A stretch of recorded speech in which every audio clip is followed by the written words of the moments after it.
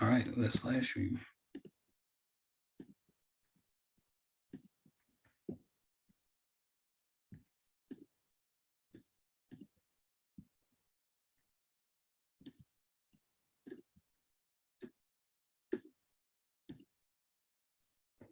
All right.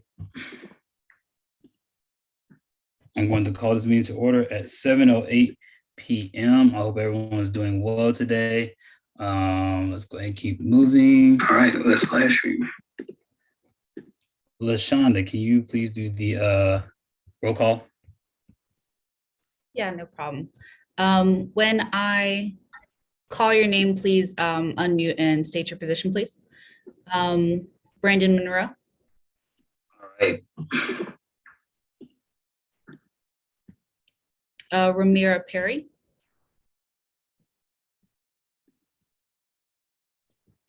Kayla Biko, David Gonzalez Hernandez, Sophomore Senator present. Riley Corsalt, Sophomore Senator present. thank you. Haley Jordan, Sophomore Senator present. Tilawanami, Seven Fierce, Junior Senator present. Shania Clark, Junior Senator present. Diana Martinez,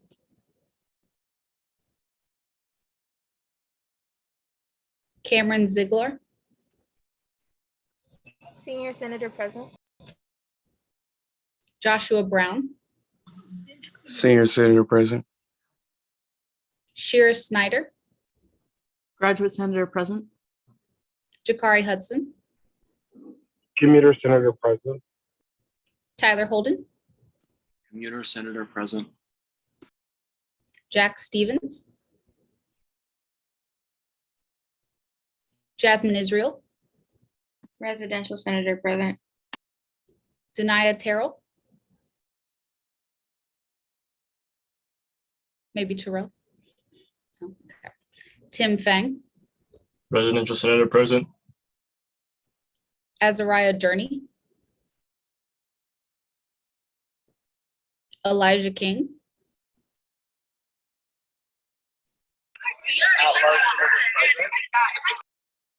Mara Crenshaw, At-large Senator present. Jeremy Brown,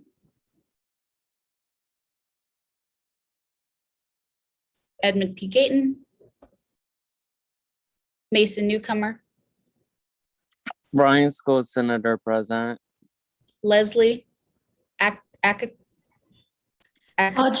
You're good. No, you're good. College of Arts and Sciences Senator present. Thank you, sorry. Solani School of Ed Senator present. and Kennedy Green. Okay, thank you. Oh, sorry for butchering anyone's names. I apologize.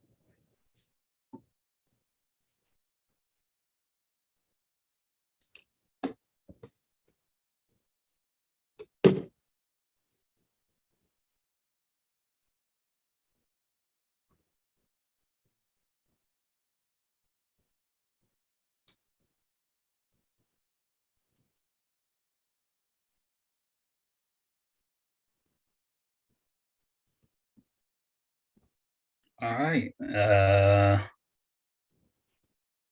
We should meet quorum. All right.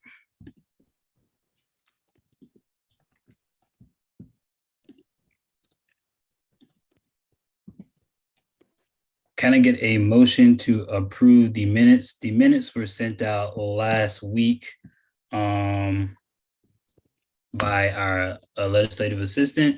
Just David, Motion to approve the minutes. is there a second? Second. Second. All right. Approval of the agenda. I had to make some changes to the agenda, hence had to remove two things from up here, as well as add SR 9908.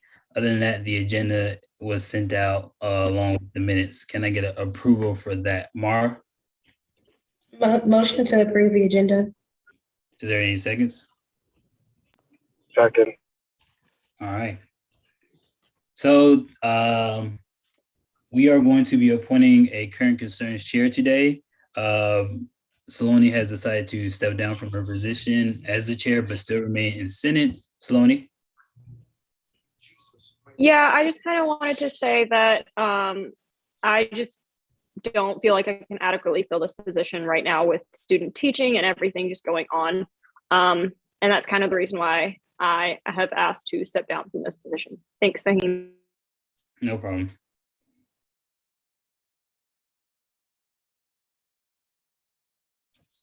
But as that mission said, we're going to be appointing a new one. So today, I would like to appoint Mara Crenshaw as the chair of the Current Concerns Committee. Her major is psychology and her minor is Spanish. Interesting fact is she's from Clemson, South Carolina. And then she also mentioned what can she bring to the role. So she says she looks forward to actively participating in campus outreach and demonstrating accessibility and accountability to the students at UNCG. Right now, I'm going to put her into a breakout room so we all can go through everything. Give me 1 second as I create that.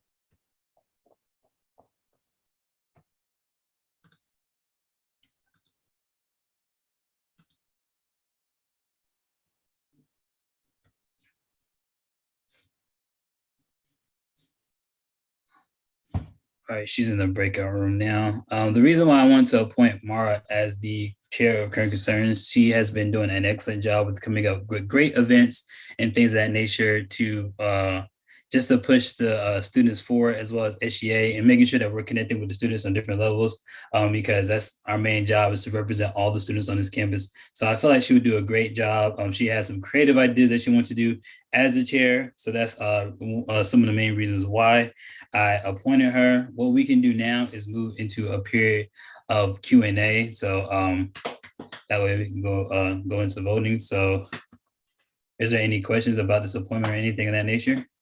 You just put it in the chat, an X in the chat.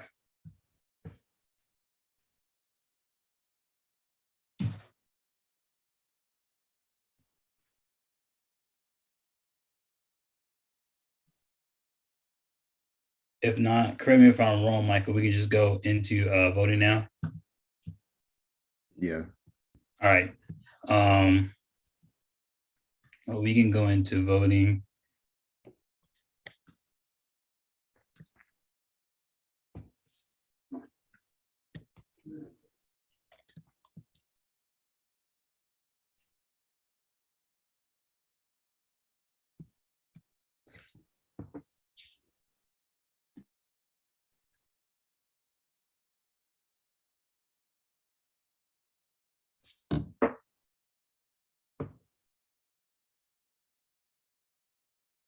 Something I would like to do to cut down on time is to vote by roll call. We can start doing that. That way, all the dead space and everything. But Mike already sent the link, so we're gonna continue to do that. But going forward and starting like the next Senate, I will like to entertain a motion that we do voting by roll call.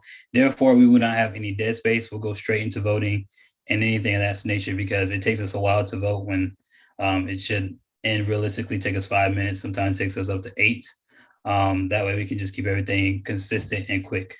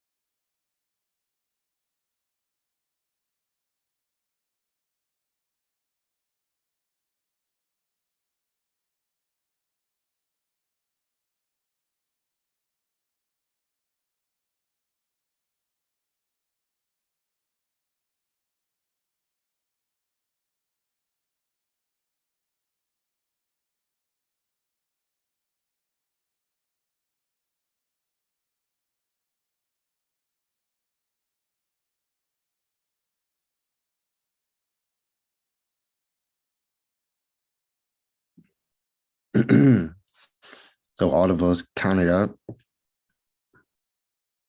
Mara Crenshaw will become the new current concerns chair with a vote of 18 to 0 to 1. Thank you all for participating. All right, thank you. Give me 1 second as I bring her back.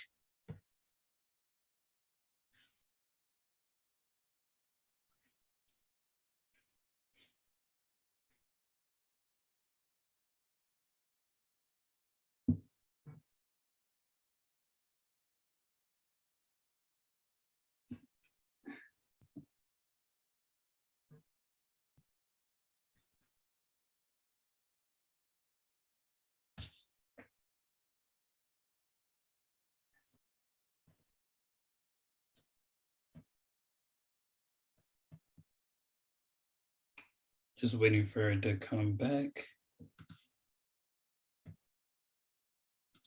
She's back, Sahin. All right, Mara, congratulations. I did not see you come back on the Zoom. Congratulations for you're now our current concerns chair. Thank you, everybody. All right, let's go back to the presentation.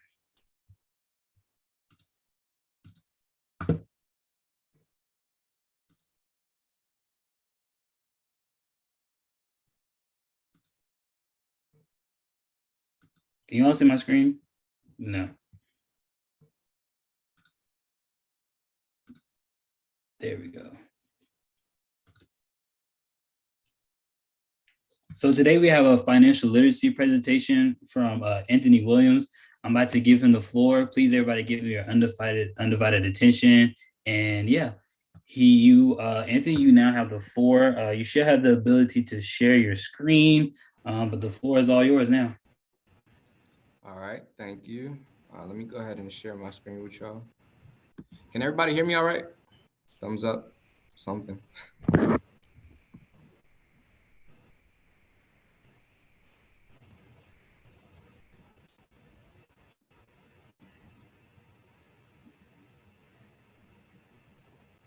So, yeah, I mean, first I just want to thank you guys for allowing me to be here. For those of you who don't know me, I am a recent graduate of UNCG. I finished up last year in the summer. And I really just wanted to give back to the school that provided me with the knowledge and tools to be able to advance myself in my career. I've been with Equitable Advisors since last year. And then my partner, Rob, is on here as well with me, Rob Matricardi. We call him the specialist because, whenever any of us need any help or assistance or want a second opinion on a case or anything like that, he's there for us. Feel free to ask questions along the way. I do realize that some questions may be better answered in a more confidential environment, so we will be available after this meeting. And our contact information is also going to be listed or posted somewhere. And we'll also, if you need to text me, I will list my number. And again, just hit me up with a name and a question. We'll be happy to answer it for you. So here's our disclosures. We really kind of just have these here so our legal team knows, we aren't giving anyone any legal advice or tax advice. We do realize that everyone's situation is different, and that's why we believe advice is best done on a one-on-one basis. So I could say everyone should be saving for an emergency fund, which makes sense, but there might be someone in here in a unique situation where it wouldn't really make sense for them. So. What we have for our agenda is really just focused on some of the truths about financial management. So, what are the advantages or obstacles, or what does it entail as far as the components, and really how to get started. So financial management really starts with your first paycheck or that first dollar you earn. You don't want to think of it in terms of, how much do I have? The question you should really be asking yourself is, what percent of my dollars am I using? Once you've figured it out from a percentage standpoint, how much am I saving? How much am I spending? And really where your money's going, you can start to create a plan or budget for yourself. Then as you start to get more money, those same percents that you created still work for you. Everything just gets a little bit bigger. Now, at a certain point in your life, your situation is going to change, and so does the plan. But for now, I'm assuming none of us really have unlimited money. But if you do, feel free to reach out to me or Rob. We got a whole different program for you. So what are some things that can stand in the way of you reaching financial independence or financial success? Expectations with no goals, debt, inflation, procrastination. All these are key. But the biggest obstacle, and really the one you have the most control over, is having expectations with no dream set or no specific goals in place. And then from there, it's really not saving or creating an emergency fund. And then by not doing that, you're making yourself vulnerable to those unexpected emergency expenses, like, maybe getting your car fixed, or if you have pets, taking them to the vet. You really just want to prepare yourself for those big expenses so you're not left out there stuck. What are some other obstacles you guys think could get in the way of financial success? Y'all got any thoughts? Type it in the comments, save it for after if you need to. Okay. So talking on debt, there's all kinds of debt. Could be a car payment, student loans, or even a mortgage. The most common, I'd say, is probably credit card debt, though. The first thing I always tell my clients to do is flip that nice looking offer they got in the mail on the back and read the fine print. The front is always nice and appealing to the eye, and don't forget the benefits it comes with. All the things you really need to know are really on the back in the fine print. You want to find out what's really happening before you make any moves. And if you have any questions, feel free to contact me or Rob. Again, our contact information will be listed and will be available after. Some steps to decrease consumer debt. Consumer debt is a real issue in the US. A lot of people are digging themselves into some deep holes that they're going to have to real struggle to get out of. The first step is really to dealing with your debt is to stop swiping those cards. Money's getting more expensive. We're starting to see an increase in interest rates and inflation. And if, any of you have been paying attention to the housing market, the prices are going crazy these days. So, having a budget and really sticking to it is going to be extremely important. And talking on housing, one of my clients was in the market for a new home. They finally decided on a new construction home. And as soon as they finished, they wanted to make changes to it. The paint on the walls wasn't up to their expectations. They wanted a different color carpet. Everybody changes something to make their house a home, and that's fine. As long as it's accounted for in the budget. There's so much more to making a house your home, such as like furniture, decorations. If there's no budget for those things in place, you might end up paying for more for paint and carpet and not be able to afford a furniture and, sitting in a big old empty house. If you're thinking about any questions at this point, maybe whether that's on mortgages or credit cards, again, write those down. And I want you to make sure you write my number down too at the end of this. And now for future reference, a guy. Me or Rob. We don't really deal with mortgages, but we can help you out with the math there and figure out what's the best option for you. We're here to help.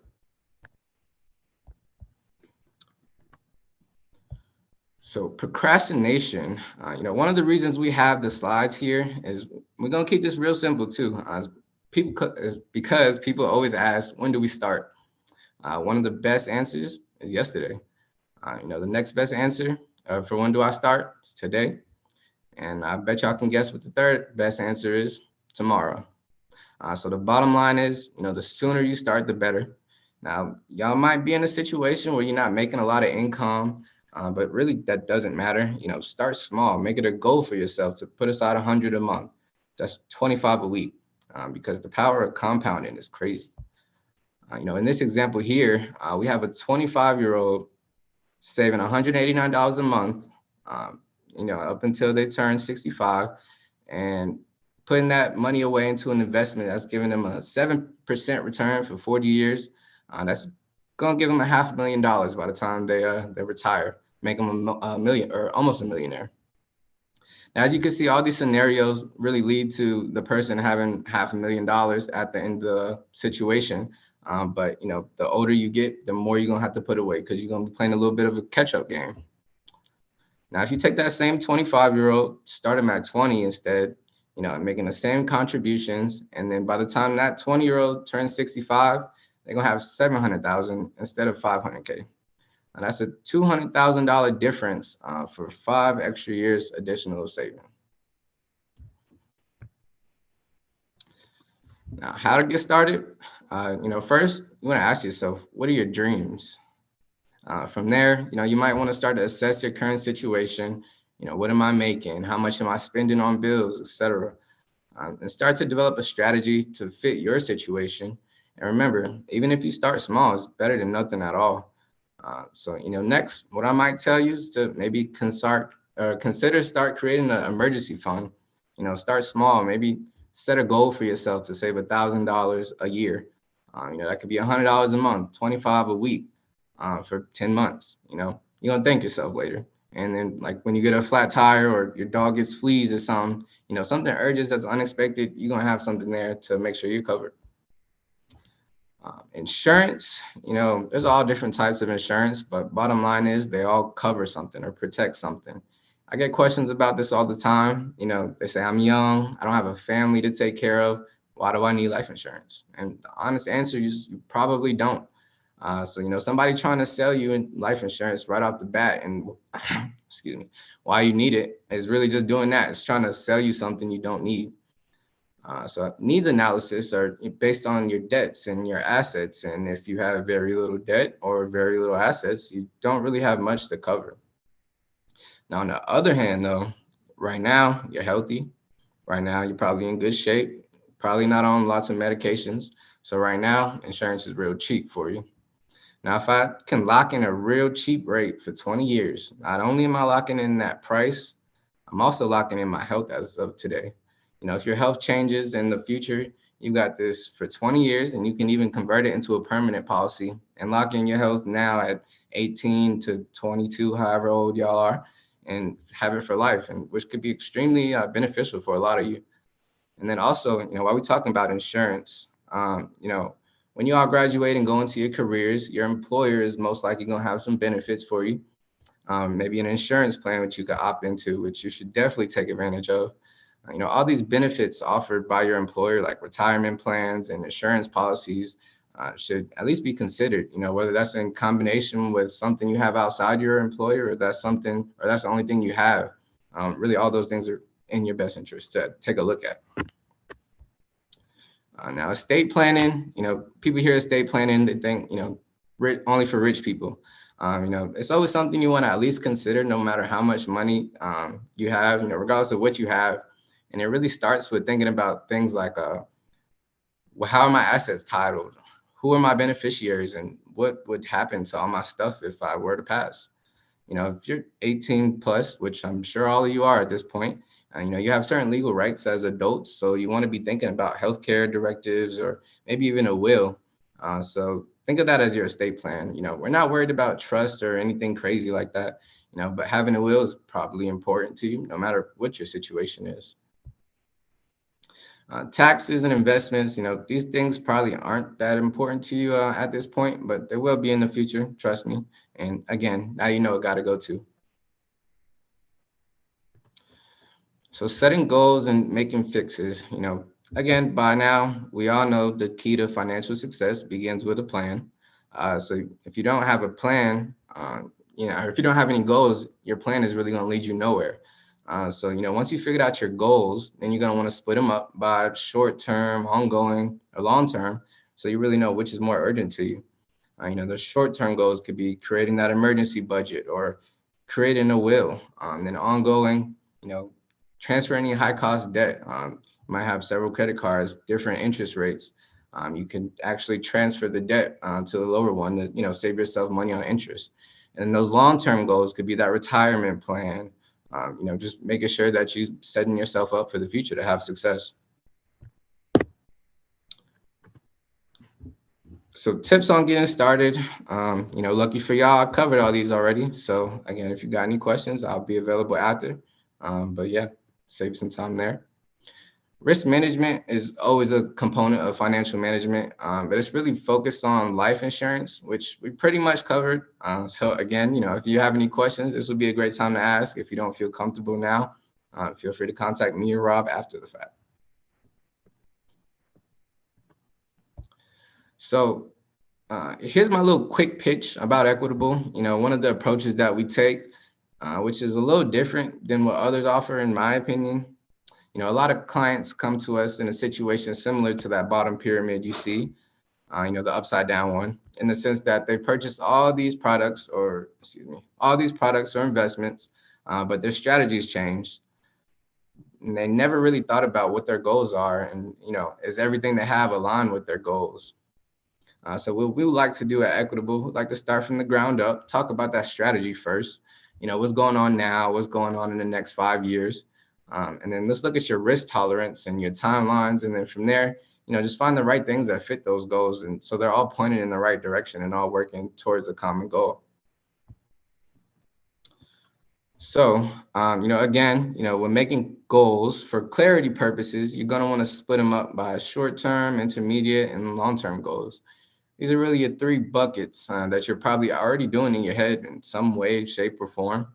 You're probably already thinking something along the lines of, this is how much I got to spend on fun stuff. This is how much money I use to pay off debt or rent or whatever.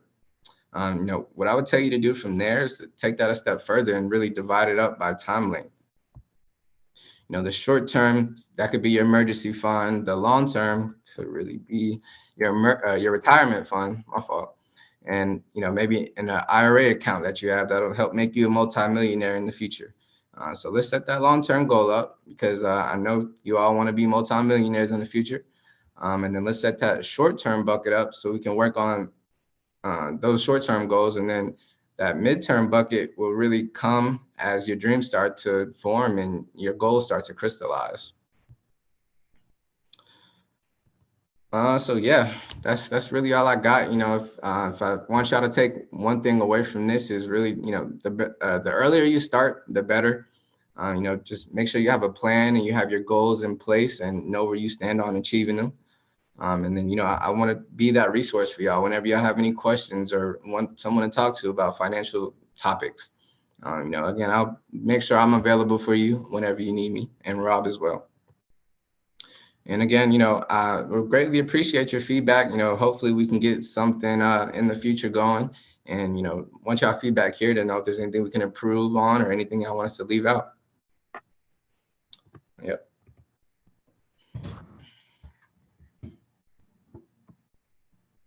Thank you so much for the presentation.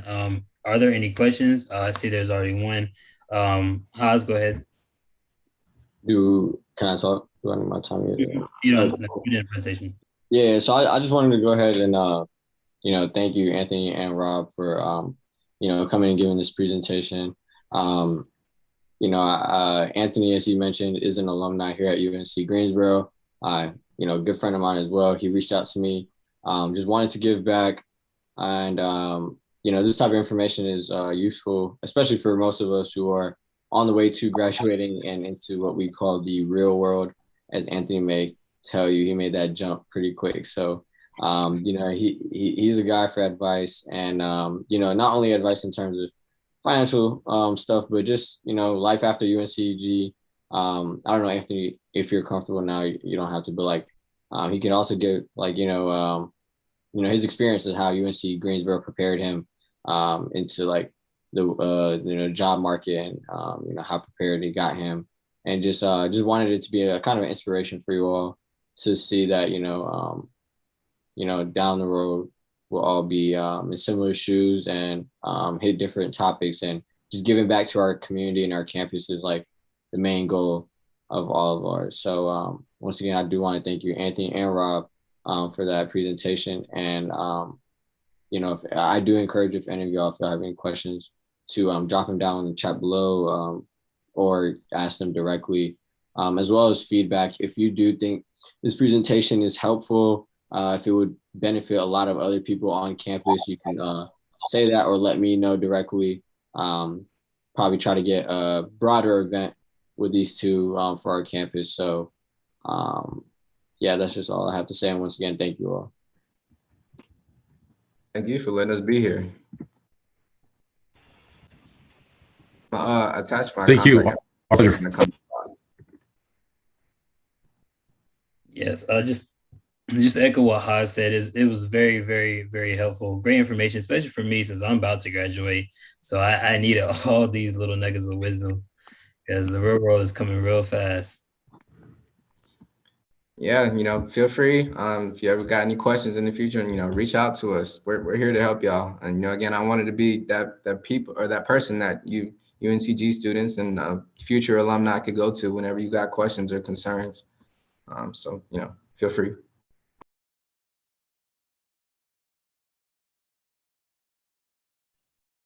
It looking like I don't see any other questions in the chat. We're going to keep on moving forward.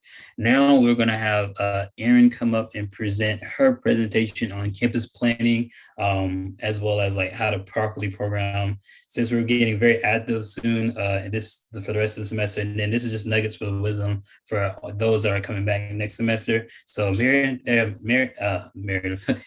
floor is all yours. Amazing. Thank you, Saheem. Give me a second while I try and share my screen, maybe.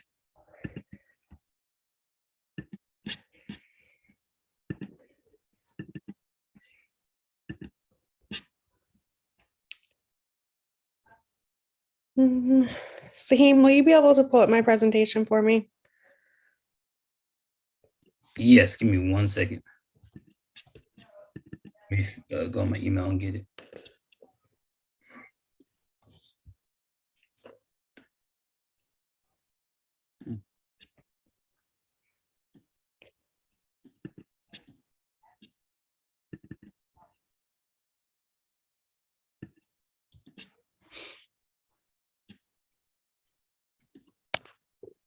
Sorry, I had to re-sign into my other account because I was underneath the SG account.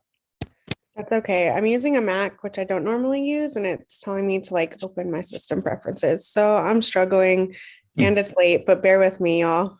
You're good. I can pull it up and wait for the verification code. So while we're waiting for Saheem to help me out with my presentation, I would love to hear from y'all, maybe one or two of the events that you have seen on campus have been memorable to you. So they could have happened this year, they could have happened pre-COVID, but what's something that's happened on campus that has been memorable and why? Maura. Hi, Erin. So one of the events that I think was really memorable for a lot of people was the Aux Cord Wars that was hosted by ACE. I know it was a little bit less educational, it's more like an entertainment type event, but it still like brought a lot of people together. It was like the most people I've seen in an event before. Oh yeah, that and the bonfire too. And they did a great job coordinating it and making it like also in a timely manner. But yeah, I enjoyed that. For sure. Events are great for community building. Kendall, what you got? I was gonna say Spartan Palooza. I know a lot of people now may not know about it because it was pre-COVID, but the carnival that we used to have in the spring that was hosted by ACE was really memorable because there was a really good turnout. And I think the way we set up was really good about like the food tickets and the desserts and then like the photo booths. Spartapalooza. That was one of my favorite events to plan as a coordinator. Hopefully we get to bring it back. But yes, definitely a good memory. Any other events that have been memorable to folks? The 90s homecoming party, another good gym. Yes, definitely. Thank you, Paige. Awesome. So kind of be thinking about what has been memorable to you as we go through this presentation. Sahim, you can go ahead and go to the next slide for me. So hopefully you all know me by now, but I am Erin. I'm serving as the Associate Director for Student Groups and Programming. Also am helping to advise SGA. Next year I will be more of your full-time advisor, but this year Meredith is still helping me out. And you can go ahead and skip this one since we already kind of talked about it.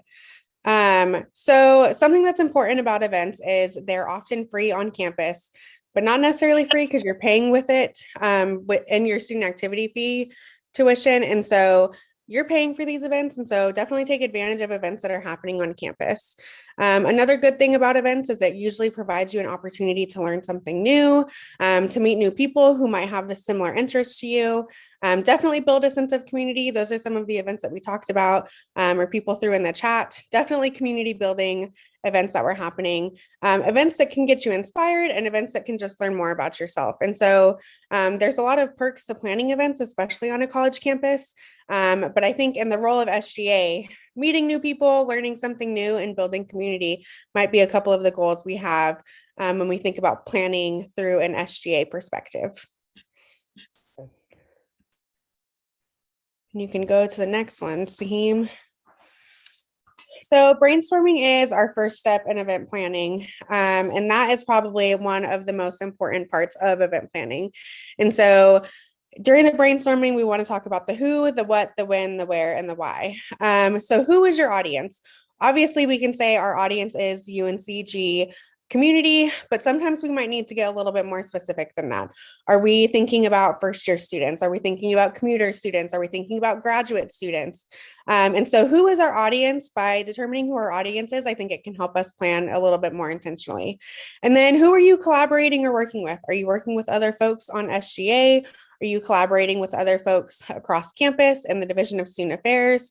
What are those folks bringing to the table, and why are they important to be a part of the planning process? The what is the event that you're planning? Is there a theme?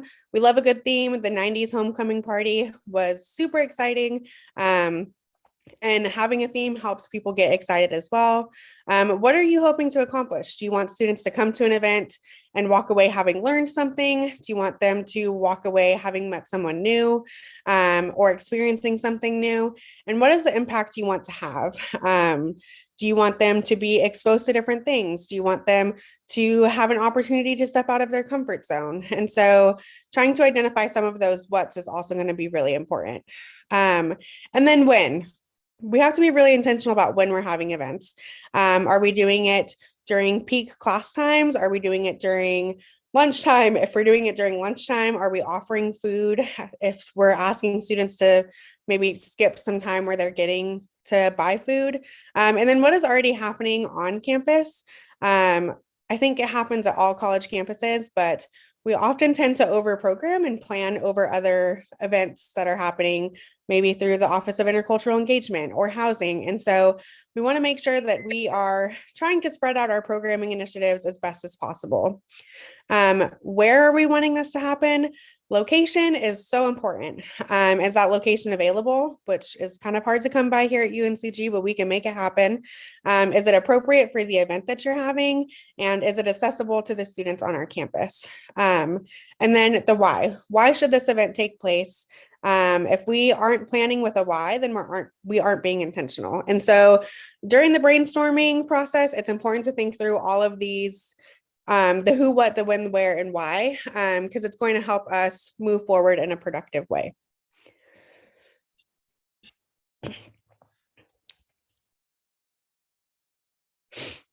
So I've talked a lot about being intentional, and you will hear me say that word a lot if you are meeting with me. But I want to make sure that we are doing things intentionally so we can have a larger impact on the students in our campus community. And so by being intentional, will this event engage people in learning something new? Will this event help connect students to one another? Will it help to provide a sense of community? And will this event value the differences of others? And does this event relate to your specific role in SGA? And so there are many different roles in SGA, and you have these roles for a reason. You were picked for these roles, you applied for these roles for a reason, and so you got to make it make sense. Make it make sense while you are valuing differences in others or building a sense of community, but be intentional. Like, don't just have an event to have it or to spend money. Make sure that you are thinking through this event from start to finish, and that you're ultimately hoping that this event will be for the greater good of the UNCG community.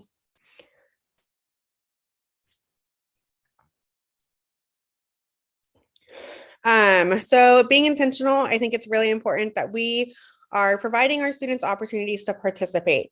It's one thing if you have a guest speaker, but it's another thing if your guest speaker is interactive and engaging and they're asking questions or they're having roundtables or they're doing activities. And so where are the opportunities to participate? Asking questions, getting people to talk to one another is really important. And then being intentional with focusing on valuing the differences in others. We are a minority serving institution, and so I think that's awesome. That's something we need to celebrate. It's something that we need to learn about the differences of others, the cultures, the religions, the foods that folks eat. And so how can we create events where we are providing those opportunities and creating intentional space for students to connect with others? You are going to go to an event that interests you or piques your interest or you're curious about. Students are also going to those events with those same intentions. And so these are intentional spaces where people have similarities, similar interests as you. And so create those intentional spaces. Create opportunities where students feel true ownership over their decisions related to opportunities available to them, and create opportunities related to your SGA position. And so where students can have a part in the event planning is also really important. I know we have some folks doing some really cool event initiatives, and if you are a senator, get involved in that. Help them out, volunteer at these events.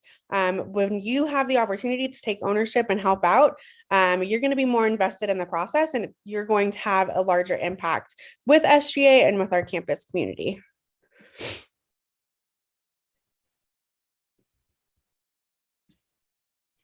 So we've brainstormed, we've answered the who, what, when, where, why. We've thought about being intentional. And so the next piece is taking action. This is where the event planning actually takes place.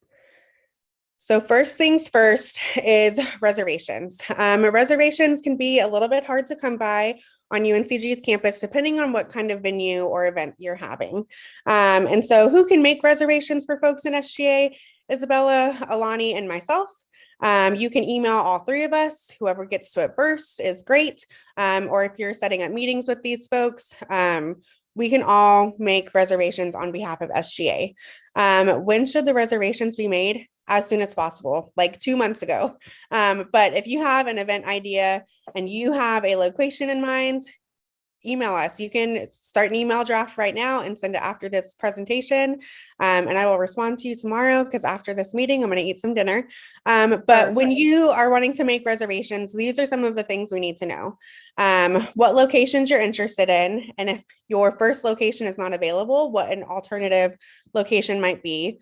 Obviously, the date that you're wanting to have your event and the time. This time includes the time you also need for setup and breakdown. I think a lot of people forget that and they just tell us the time that they want their event to happen. So we want to make sure that we're giving ample time for setup so we can have a good, productive event. And what some of your setup needs might be: tables, chairs, projectors, speakers. You don't necessarily need to know this information right away, but you do need to know it probably about at least a week in advance. But figuring out your setup needs is something that I am definitely able and willing to help folks out with. There might be a lot of things that we have available to us that you all might not necessarily know. So reservations come first. Locations are sometimes hard to come by, but we can get creative when it comes to what spaces we are looking to reserve.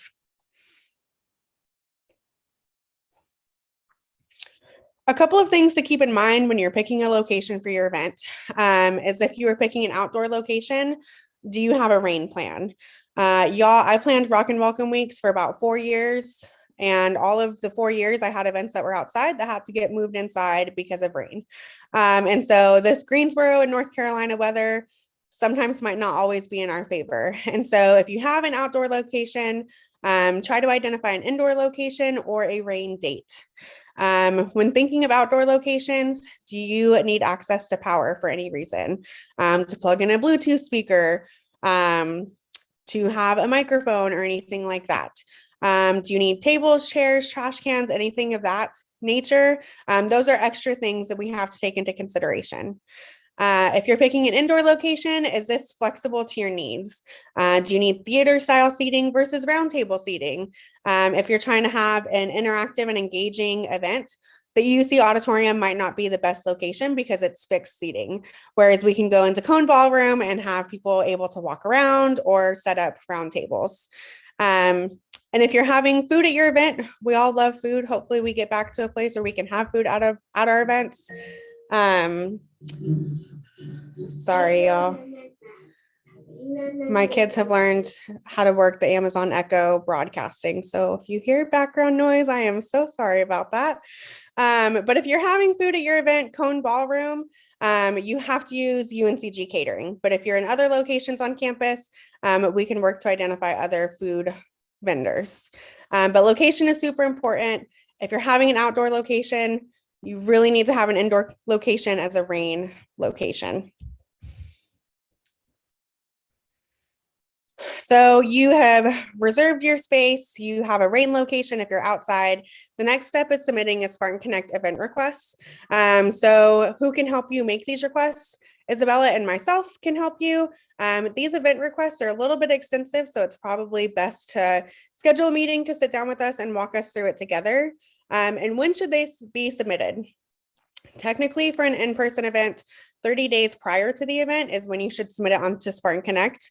And for tabling, 7 days prior to the event. And so I know that SGA is doing a lot. There's a lot happening, a lot of tabling opportunities, but Spartan Connect is a really great way to market. And so we need to make sure that all of our tabling opportunities, all of our event initiatives are being put on Spartan Connect. A lot of our first year students specifically are coming in being told that Spartan Connect is where they should look for all of their events. And so Instagram is great. TikTok is up and coming, but Spartan Connect is really important too. So don't forget to do that.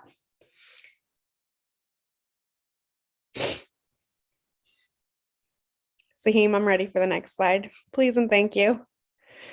So let's talk money. We talked a little bit about money personally a little bit ago, but for money for SGA and event planning purposes, money is important. It goes faster than you realize. And so I'm happy to provide folks with a budget spreadsheet template to keep track of this money. But we also have to make sure that we are being good stewards of university funds.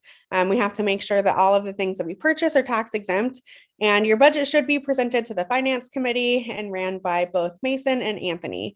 But budget can be hard. Things add up really quickly. If you think you need a DJ, then you also might need to have extra money for sound, or for outside, we might need to provide a generator. And so some of these things you might not know right off the bat, and that's okay. And I'm definitely happy to kind of talk through things and look over budget spreadsheets or help you all to create budget spreadsheets.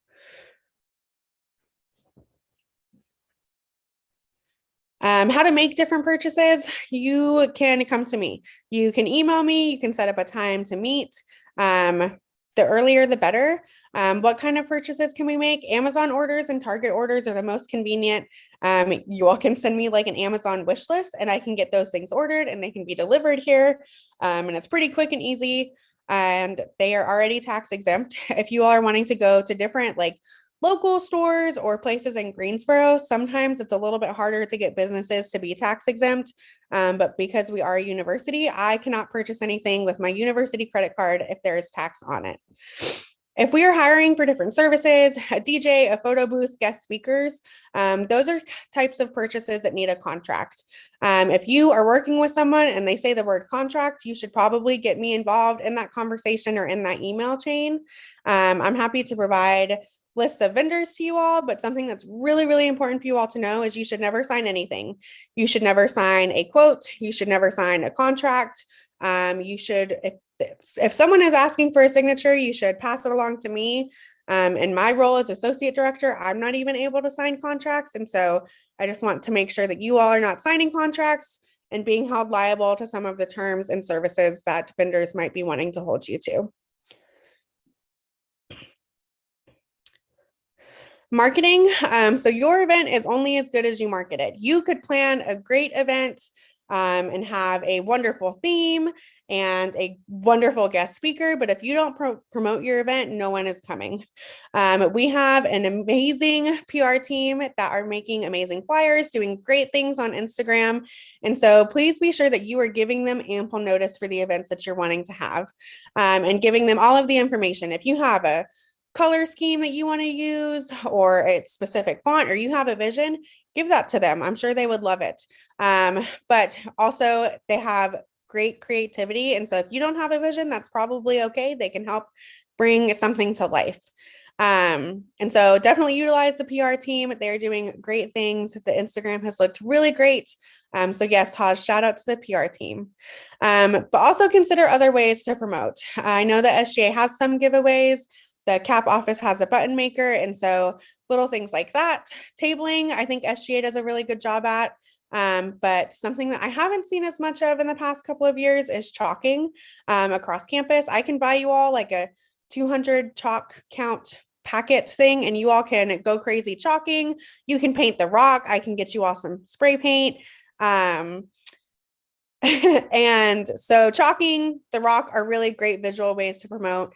I know that TikTok has been really popular and it's up and coming. So are Reels on Instagram. And so if you have a vision, work with your team to bring that vision to life and get creative.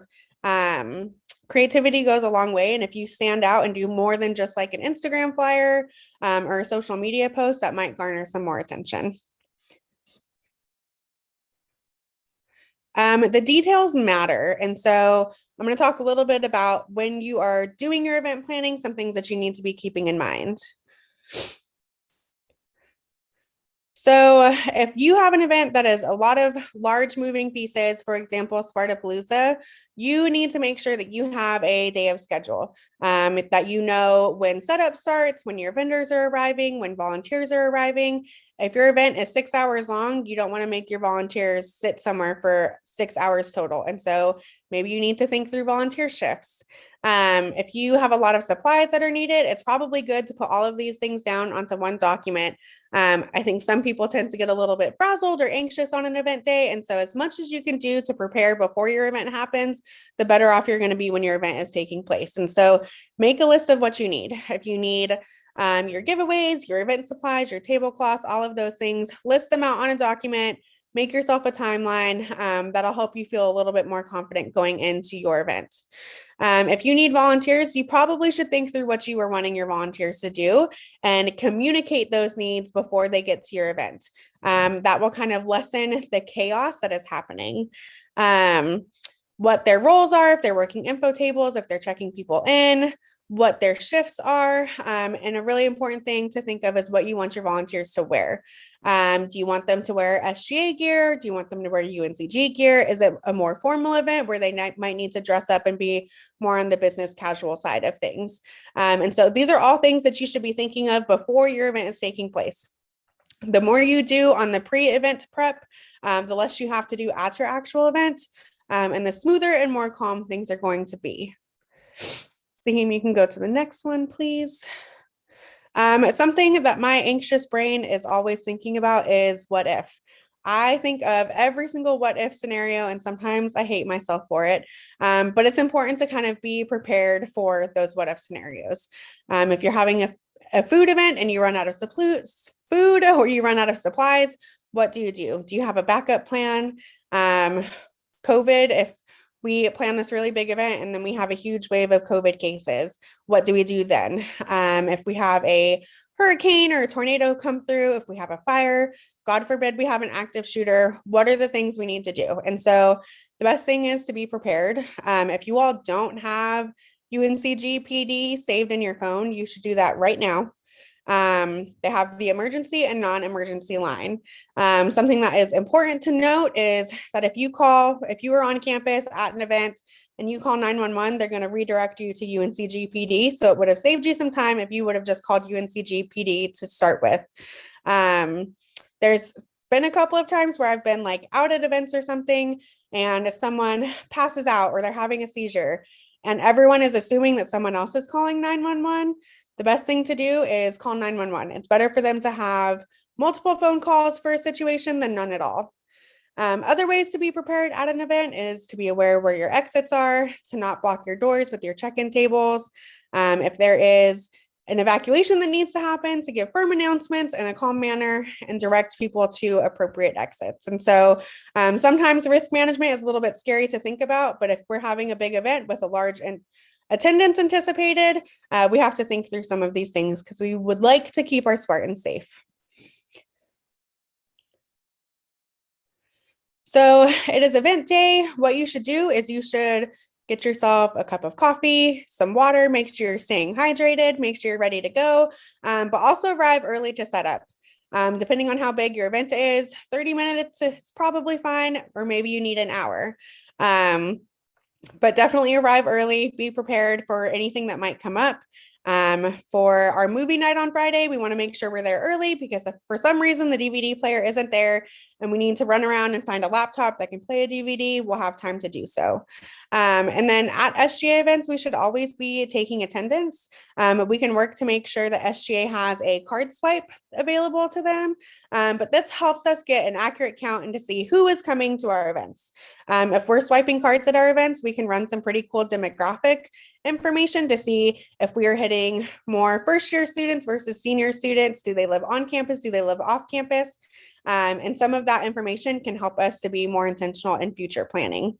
At your event, provide good customer service. There's nothing more intimidating than coming to a check-in table where like no one is making eye contact with you or like waving or smiling or like asking you to join them. And maybe they're just like talking to the other person at the check-in table. And so smile, greet people, ask questions, invite people in, and make sure that we are helping our students to have a good time.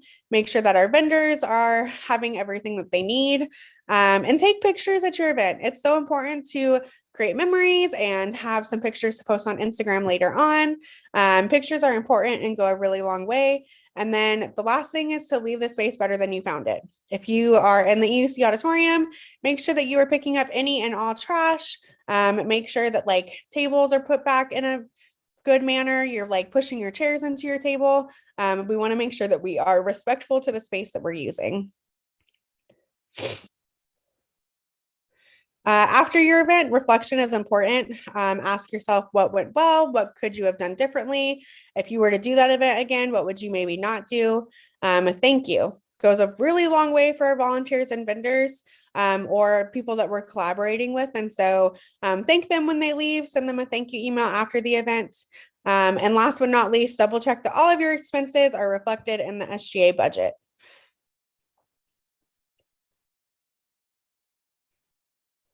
Any questions for me? I had a question get messaged to me pertaining to the swipes. Do all events have to be catered to UNCG students only? That's a great question. I think that is something that we can talk about in the planning process. Traditionally, I think our events are specific for UNCG students, but there might be some instances where we are having non-UNCG students come to our event, and that's also fine too. I hope that answered your question for the person who sent it to me. They clarified, so for example, the bonfire was supposed to be all UNCG students, but I know that some A&T students did come. Events that are outdoors like that are really hard to manage who is coming to our events. We try to have like check-in tables where we are swiping people in, but for an outdoor event where we don't have the ability to kind of like close that space in or gate it off, we're going to have people who might not attend our university. But for like events inside in Cone Ballroom, there's usually like one entrance, and in that instance, if you don't have your UNCG ID, you probably will not be allowed in. So hopefully that clarification also helped a little bit. Diana.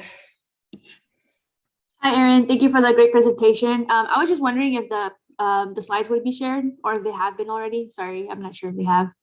I can definitely send them out. I will also add this to the SGA shared drive. And so you all will have access. There's a couple of links in there that'll probably be helpful, but I will definitely share those out. Great question. Okay, thank you. Yeah. Maura.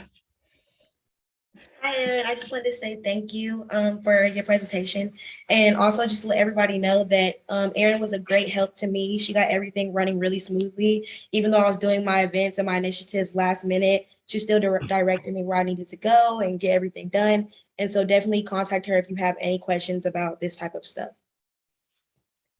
Yes, thank you. We're so excited for the movie on Friday.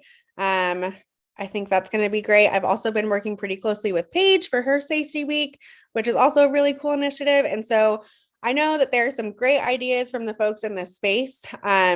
And ideas are great, but we have to make an action plan and really get things put into place. I know that we want to end on a really strong note. And so if you have ideas, you want to process things, you want to brainstorm, I am so happy to have those conversations with folks. If you all are in like the SGA cubicle space and you want to have like a group conversation, pop over to the CAP office and see if I'm available. I'm always happy to come hang out with y'all. But ideas are great, but we really need to take some action. And I'm hoping with the last couple months that we have of the semester, we can really get SGA out there doing some great things. And so excited for you all and all of the opportunities, excited to be advising y'all, and excited to make some things happen this semester. Saheem. Yeah, I was gonna just add on to what Mara was saying. Like, if you have any ideas, just always bring it on. Erin is such a great help. And not only that, if you want to collab with another organization, always let us know. Like, we're open to do that. We can work with them, as well as what I was want to say is like all this information that Erin is giving you, you all can use this in your different organization you're part of. Like, we can go back to UNCG used to be like full of events from different organizations all the time. And eventually we'll have to get back to those phases. So the students that are like you all that are part of different student groups, you can use these same tactics to make sure your student group is having one of the best events that's going to be memorable to everyone as well. And then you can always ask Erin for pointers too.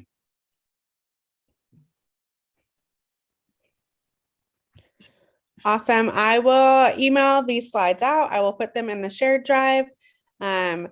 If you all get my email, you can sign up for one-on-one times to meet with me in a link that is in my signature. And so I am here for y'all. I want to support y'all. I want to see y'all make some great things happen. And so let's do it. Thank you so much. Let me share my screen once and again.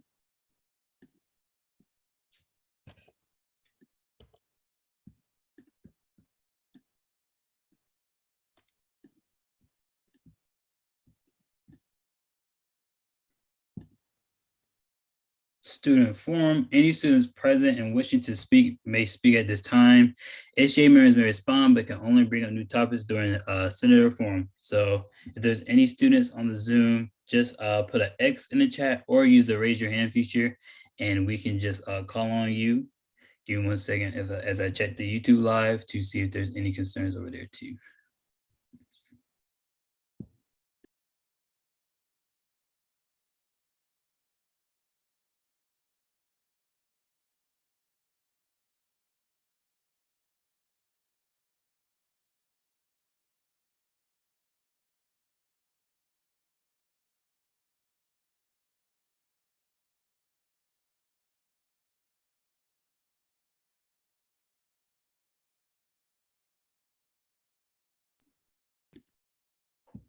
Seeing there is none, we can move forward.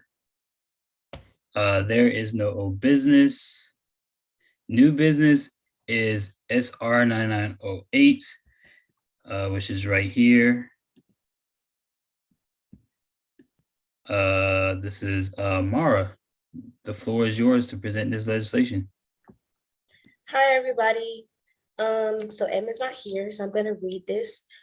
Basically, before I start reading, I just want to say this basically is going to like solidify everything we've been doing for Heritage months and celebratory days and all of that. It's just to solidify it and just make sure that we're like actually acting on it. Okay, so Senate Resolution 9908, a bill to be entitled Heritage and Awareness Month Act. The short title is HAM Act. It's authored by Edmund P. Gayton and Mara Crenshaw, and this is the first reading. So Section 1, the Student Senate of UNC Greensboro Student Government Association adopts the following bill. Whereas the University of North Carolina at Greensboro is one of the most diverse schools within the UNC system, with a large population of women, LGBTQ+, and ethnic minority students. The University of North Carolina at Greensboro is classified as a minority serving institution, MSI, and whereas the Student Government Association for the University of North Carolina at Greensboro has dedicated a large effort of the 99th session to bringing better awareness and support to the growing diverse population on campus. And whereas to ensure that for years to come, the Student Government Association for the University of North Carolina at Greensboro will continue to serve its diverse population and advocate for their continued success.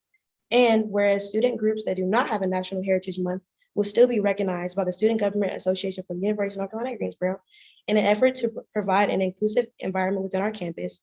And whereas specific celebratory remembrance months or days that are not nationally recognized will still receive recognition and awareness upon recommendation by the Social Justice, Diversity, and Inclusion Committee. And the students of UNC Greensboro, therefore be it enacted upon the passage of this legislation, the Social Justice, Diversity, and Inclusion Committee shall lead all efforts and initiatives in highlighting all Heritage Month, Remembrance Months, and days. All senators that have initiatives shall report to the committee and committee chair. The committee is responsible for at least one social media initiative, one outreach initiative, and one monthly report by the committee chair discussing initiatives, and therefore be it further enacted, the Student Government Association for the University of North Carolina at Greensboro moves to incorporate this resolution within the standard operating procedures to ensure various student populations, student groups, and organizations are recognized every month in correspondence with the National Heritage Months. This act shall be effective upon enrollment. Okay, can you just explain why you wrote this piece before moving to Q&A? Okay, so it was originally Edmund's piece. He invited me to help him work on it or revise it and, get it passed, hopefully. And so the reason why I want us to adopt this resolution is because I want us to have a more concrete way of celebrating these months, like these national months. And like, instead of just like popping out of the blue, we'll already have an idea of what, happens every single month. And even if like there's certain things that aren't included, we can still have people recommend what they think that we should celebrate or recognize. And yeah, just to make things more concrete so that we're not just, sporadically popping things out of the blue, and it can be continued on for different sessions and for years to come. Okay, now we can move into a 5-minute period of Q&A. So yes, if you have any questions, just please put an X in the chat and I will call on you.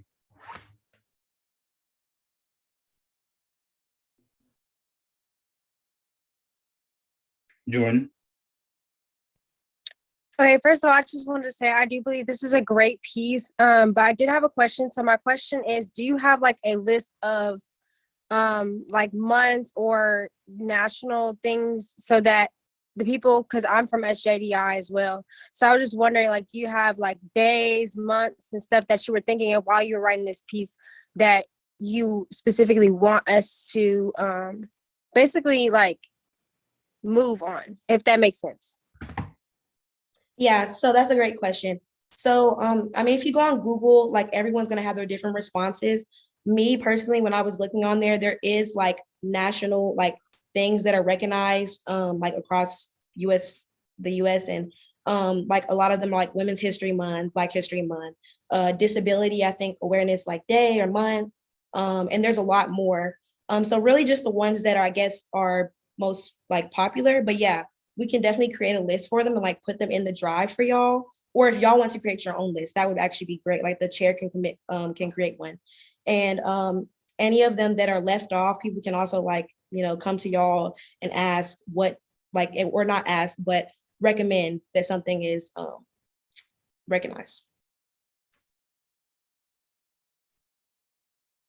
Also, the chair did put in the chat that they have a list for the entire year. Tyler? I was just going to ask, when it comes to deciding what's recognized, is it going to be decided by the committee itself, or is that going to be built into the standard operating procedures?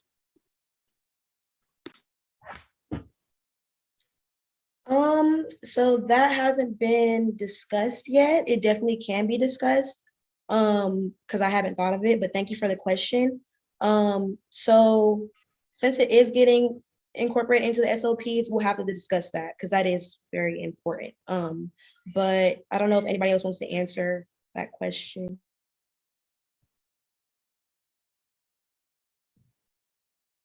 I think you answered that pretty well. Okay.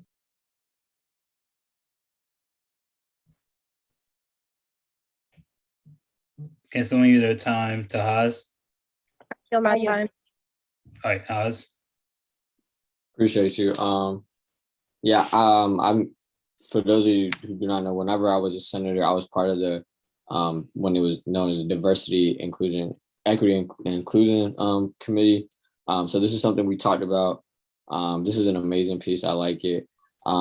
If you could scroll down, I do have like a suggestion / like question. If you go up a little bit, see maybe like right there, the first enacted. I like, this is probably just wording, like you probably had an idea, but it says like the committee is responsible for at least one social media initiative, one outreach initiative, one monthly report, whatever. I'm assuming, this is just an assumption, you can correct me, that the one social media, one outreach initiative is like per session or per semester or per month. Just specify that. I don't, that's just all I would say, whatever y'all had in mind. Is that, could you answer that question? So like, is that how y'all had it? Like, do you know? I'm pretty sure it was per month, because if it would be per semester, they would be like basically talking about all the things they did for each month. So I'm thinking per month in our meetings. Okay, yeah, that was just my question. If there are no further questions, I can entertain a motion to move into discussion.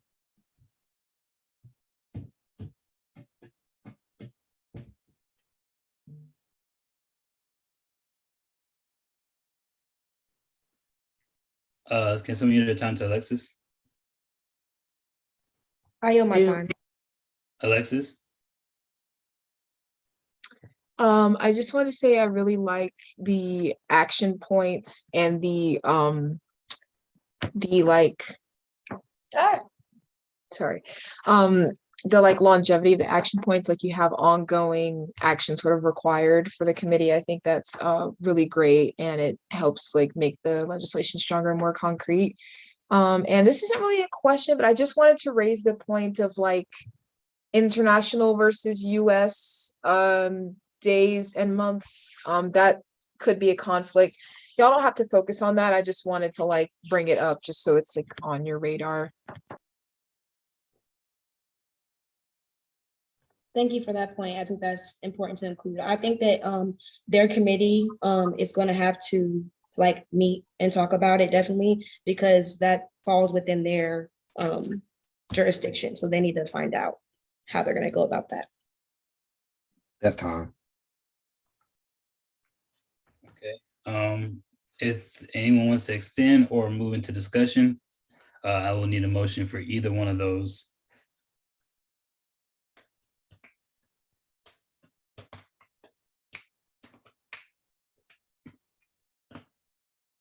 Shira? Motion to move into discussion. Is there a second? Second. Okay.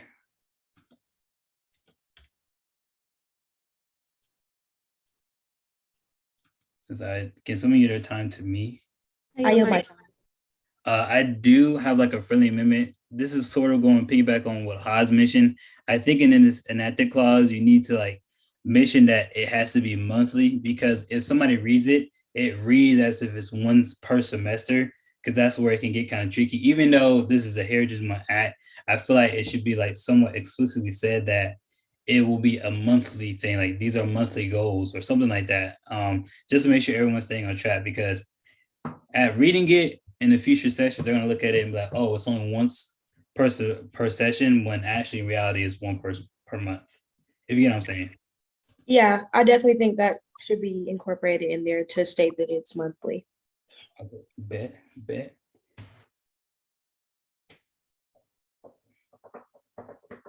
Anyone else have any discussion? If not, I can entertain a motion to table this. Jordan.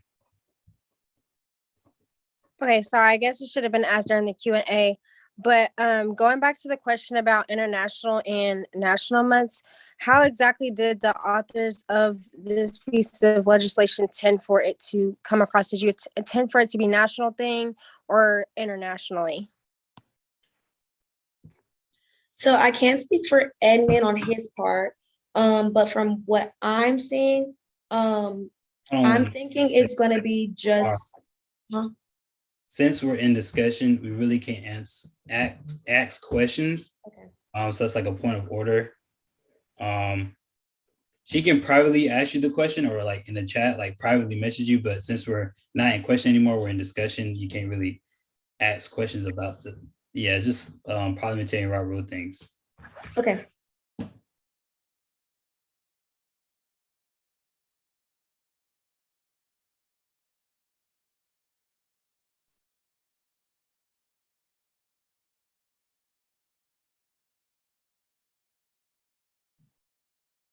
Leslie?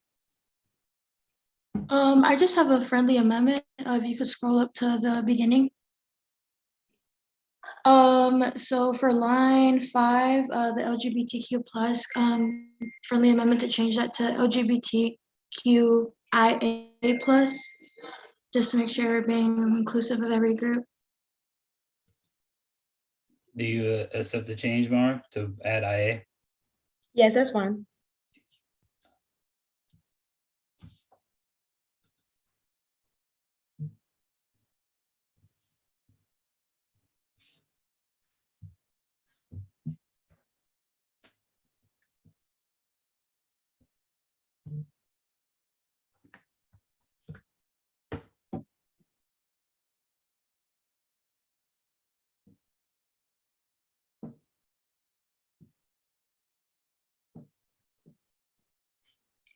Sure. If there is no further discussion, motion to table this till next meeting. Is there a second? Second. All right, this will be tabled for a second reading.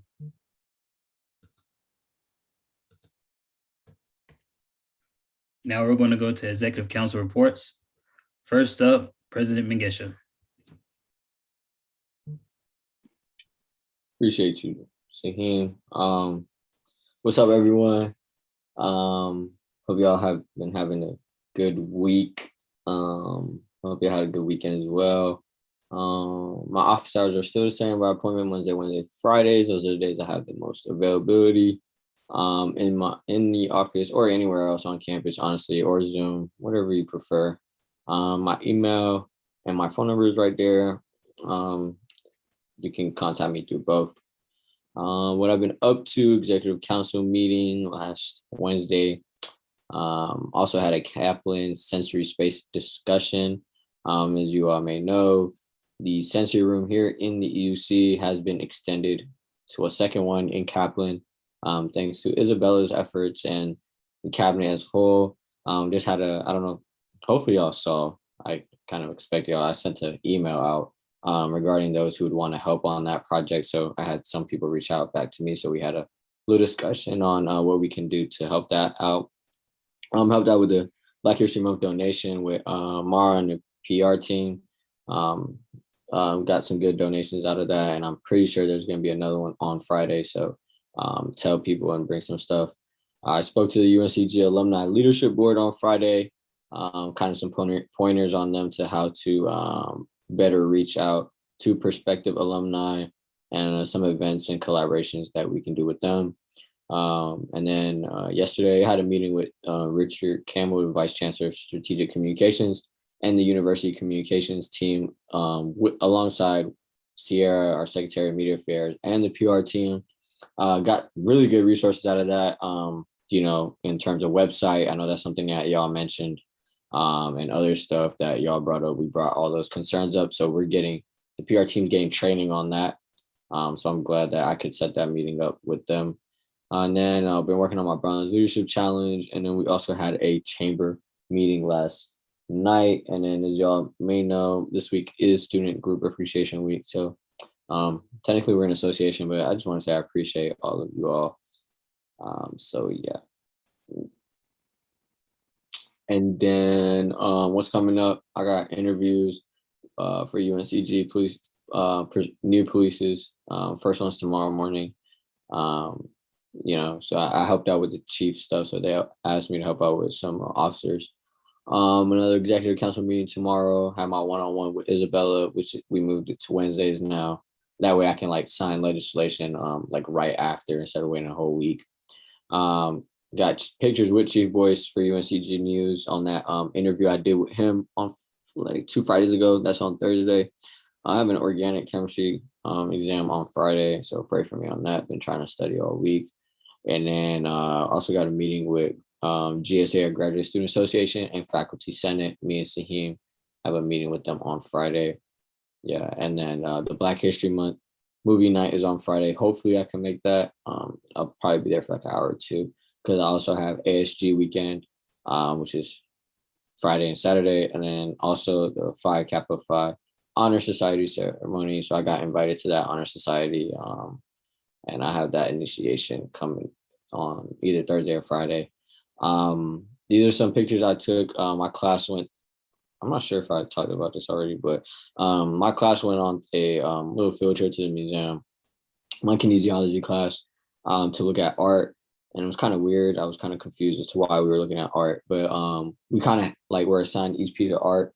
And then we were like told to look at it from a subjective point of view and an objective point of view, just as like medical professionals, try to find the whole picture of things. So that went really well. So I actually contacted the director of the museum. This is Weatherspoon Museum, by the way, on Spring Garden. And we're probably going to do a similar workshop with SGA. That way we can learn how to lead with an objective point of view, just learning how to lead from all perspectives with all types of values. And then that's it for that. But I do have one announcement to make. I forgot to make last week. I'm not sure if y'all know, but there have been a couple accidents and incidents on Westgate near the police department and in front of, home sites and stuff like that. Pedestrians being hit.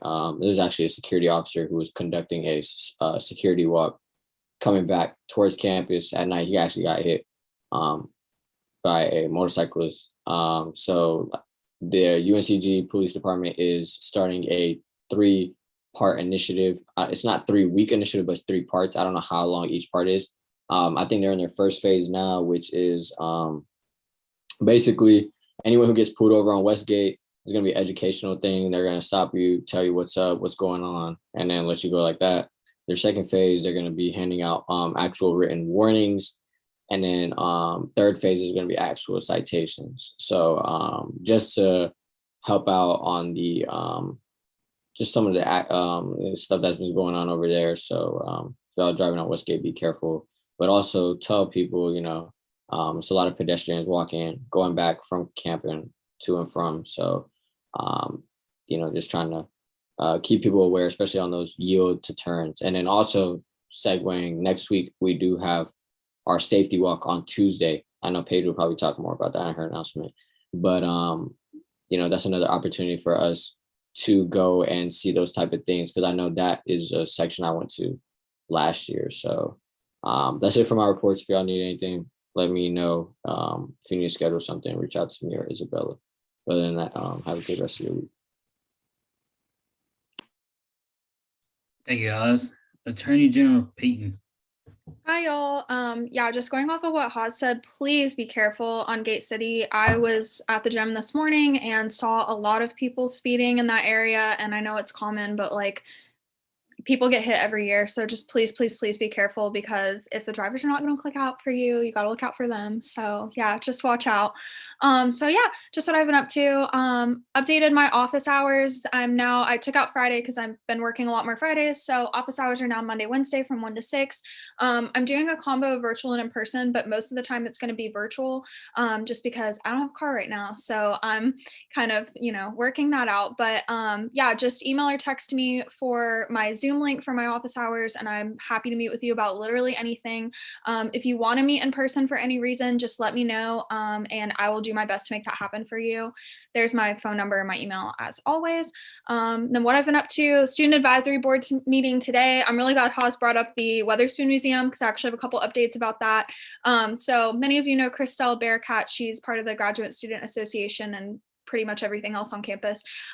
She's fantastic, but she wanted everyone to know about a project that the Weatherspoon Museum has pioneered recently. So they have turned one of their gallery spaces into a like student lounge area, so students can go do their homework, hang out, quiet time, rent out the space for student group meetings that are not rent, but book the space for student group meetings, that kind of thing. I guess in response to some desires from students that be a thing. I personally love the Weatherspoon Museum. I study there pretty frequently. I highly recommend when it gets warmer, like the little outdoor courtyard area is really nice and usually really quiet. But this is a nice indoor space as well, since it's a little bit colder. So if anybody gets the chance to go and utilize that space, they're really wanting to hear feedback from students about whether or not that should continue being a thing. It's in its pilot phase right now. So tell them what you think. Yeah, for sure. Christelle is also hosting a book club. She's trying to get that off the ground. So if anyone is interested in participating in like a campus-wide book club, she's establishing that as an official student group right now. So she encouraged everyone to reach out to her, but please reach out to me and I'll connect you with her if you don't have her contact information. She didn't give a ton of details. I think it's kind of going to be an open thing, but yeah. And then final thing, I know we've been talking about the sensory lounge a lot, but we talked a little bit about that in the student advisory board meeting. And everyone just wanted y'all to know, if you want a tour of that space or have any questions, you can just go by the ORS office and say, hey, can I get a tour? They will walk you around. They'll kind of tell you a little bit more about the space, that kind of thing. And then Isabella's been working a lot on that. So I'm sure she'd be happy to answer questions if anyone has any more specific questions. So yeah. And then finally, for the student advisory updates, the bias education and support team, I know that in the past couple of weeks, a couple of students have reached out to me, both in and outside of SGA, just asking for a little bit more information about that. That was kind of introduced to students. It's been around for a little while, but kind of came onto students' radar a couple weeks ago. So I will be putting the link in the chat if you want to learn a little bit more about that team and kind of what they do, how they operate. I think they have a new team member maybe joining, Dr. Akins or Dr. Craig, correct me if I'm wrong, but somebody is joining that team in the next week or two. So if anyone has any more questions about that, that would be a great place to start. Also been working on my honors project. I took the GRE last week. That was, you know, it was the GRE, whatever. It wasn't as bad as I thought it would be. I applied to work with the Friends Committee on National Legislation, so I'm waiting to hear back from them. I'm participating in their student lobby weekend this semester, which I've done for the past 2 years. Absolutely love it. Last year, we lobbied for the George Floyd Justice and Policing Act. This year, it is an Education Reform Act that I don't have the name of right off the top of my head, but applied to work with them post-grad, so hoping for the best. But yeah, and then I took a weekend Colorado trip, got a really cheap Frontier flight for like $50. One of my friends lives in Fort Collins, and I've only been able to see her once since she moved out there last year. So it's really good to go and see her. That's me standing on a frozen lake, which is really cool. It's a little hiking trail. It was super cold, but definitely worth it. And you can go ahead, Saheem. Thank you so much. Cool. Okay, coming up. Let's see. I have meetings with Haas, Saheem, Meredith, Aaron as needed. Shout out to Aaron for that awesome presentation. I know it was really informative. We had talked about that a couple weeks ago, and I was really looking forward to it. So lived up and exceeded my expectations. It was awesome. Exec council meeting tomorrow. I'm tutoring with the center still. Disciplinary honors survey release has been postponed, but hopefully will be out soon. I have a conduct team meeting tomorrow morning, bright and early at 8 a.m. And then Geek Week and conduct team recruitment are coming up post spring break. So I'm excited for that. Happy to 22/22 Tuesday. Yeah, so, and then my quote of the week is, what we don't need in the midst of struggle is shame for being human, from Brene Brown. So I know it's been a really rough season for everyone, you know, with the pandemic. It's just in general. I feel like a lot is going on right now. So if you're in that boat, just know that I see you and I hear you and you're doing your best, and that's awesome. So I hope everyone has a great week.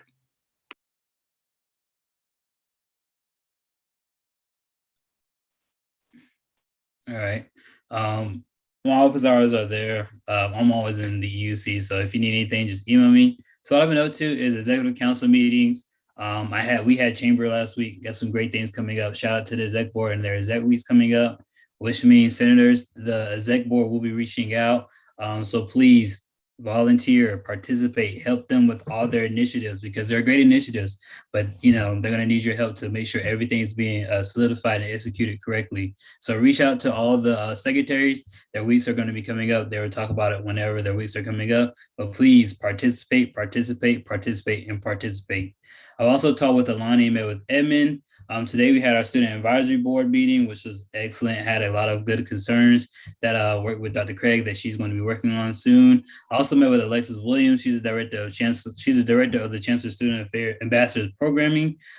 So basically that program is like advocating for the school and things of that nature. But the main thing that she wants to work on is how to get students to become more involved as well as interactive with campus life, especially during this time right now. We need students to start being able to be more active on campus, participating in different things. So that's something that we talked about, as well as like finding like what makes student leaders. And then I celebrated my charter days for both fraternities that I'm a part of. So those are just pictures from that. What's coming up is classes. I have executive council meeting, GSA, SGA, and faculty senate meeting for the event that we got coming up in March. I have a meeting with NAGLA to talk about our panel that we're going to do. Elections, so interest meetings were today at 5, but there's also one Wednesday and Thursday at 5 on Zoom. So please, if you're interested in coming back to SGA, you must attend at least one of them. So please do that. And for the last one, we're going to be going back to in-person meetings starting March 15th. Next week is a safety walk. So after that, we won't be going in person for that. So after the safety walk, Senate won't start till 7:30, just to give everybody time to get home from the safety walk or to their prospective locations. So that's the way everyone can make sure they attend SGA. But yes, starting March 15th, we'll be back in Cone Ballroom and dress code, all that kind of good stuff. But we'll talk about that when the time comes. If you have any questions, please just reach out. Senator forum. Any senator may speak up to 2 minutes. Will the interest meetings be held at 5 p.m. again? Yes, they'll be held at 5 o'clock both Wednesday and Thursday, and they are virtual. Senator forum. Any senator may speak up to 2 minutes at this time on matters pertaining to SGA. Just put an X in the chat and we can discuss that.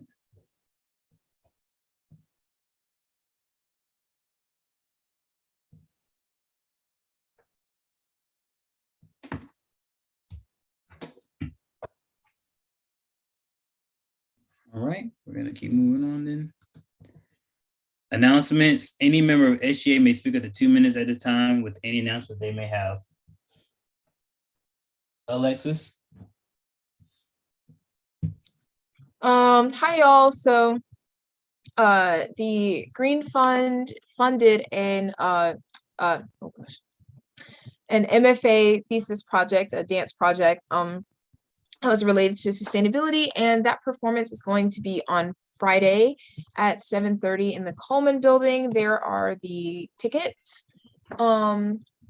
And this weekend, to go to that and represent the Green Fund, I am missing out on SGA on Friday, and Saturday is kind of busy for me. So I just wanted to plug again, if anyone wants to step in for Saturday, I still can go, but I'm about to be up in the salon chair on Zoom, y'all. So if anyone wants to come to ASG on Saturday, it's from about 9 to 1. Sometimes it goes longer, but it's really cool to like work with the other institutions and sort of see how their governments work and also see how everyone collaborates together. So yeah, just let Kendall know if you're interested in taking over on Saturday. Paige. Hi, everyone. I just wanted to do like a recap really quick of what's to come for next week. So tabling, publicity tabling for Safety Week will be from 12 to 2 at the EUC. So I was looking for some volunteers to help with that. So I'll be dropping a link in the GroupMe. So if you're available, please come and help. Also, Recwell tabling for the Recwell safety event. That's going to be from 5 to 8 p.m. On Kaplan's lawn. So if you're free for that, please come out and help. I'll also be dropping the link for that sign up. We might have a sign up for the cookout on Thursday, just to help with like swiping in. So stay tuned for that, and I'll also drop the link in the group me. Also wanted to say one more thing, but I kind of forgot, so I'll just put it in the chat. Thank y'all. Mara? Hi guys, like Hars said earlier, make sure you come and donate anything that you have. It can be one can, it can be one pair of gloves for the donations on Friday from 12 to 2. And then remember that the Black History Month movie night is Friday. I still need 2 people to like act as greeters who just stand outside the auditorium and greet people. It's not a necessity because we'll have people there regardless, but like if you can do it, please sign up. It's in the group chat. And also if y'all could wear SGA apparel or UNCG apparel, that would work too. And yeah.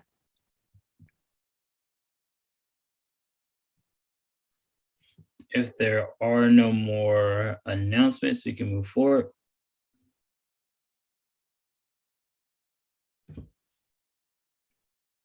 Seeing there is none. Oh yes, echo what Haas said, wear your name tags anytime you're representing the organization. That way students can put a name with the face. Yes. And German roll call, LaShawna, can you just do that one more time? Absolutely. So again, please just state your position. Brandon Monroe. Ramira Perry. Kayla Becote. David Gonzalez Hernandez. Sophomore Senator present. Riley Corsout. Sophomore Senator present. Haley Jordan. Sophomore Senator present. Tilawanami. Seven Fierce. Junior Senator present. Shania Clark. Diana Martinez. Senior Senator present. Cameron Ziegler. Senior Senator present. Joshua Brown. Senior Senator present. Sonica Singo. Graduate Senator present. Shira Snyder.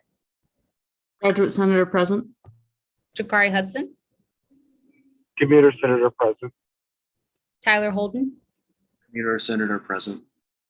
Jack Stevens. Jasmine Israel. Residential Senator present. Denia Terrell. Tim Fang. Presidential Senator present. Azariah Journey.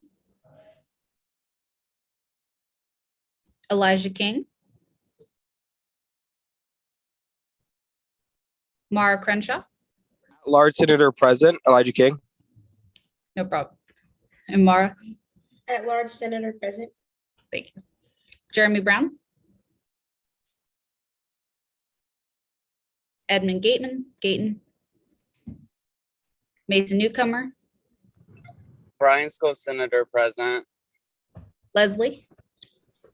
College of Arts and Sciences Senator present. Saloni. Kennedy Green. Health and Human Sciences Senator present. Great, thank you. Motion to adjourn.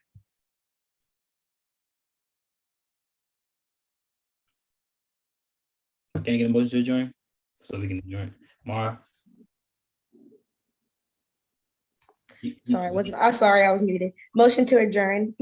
There a second? Second. All right, Elijah, was that a motion to adjourn or do you have something to ask? That was just a second. Okay. Good night, everyone. Have a great night.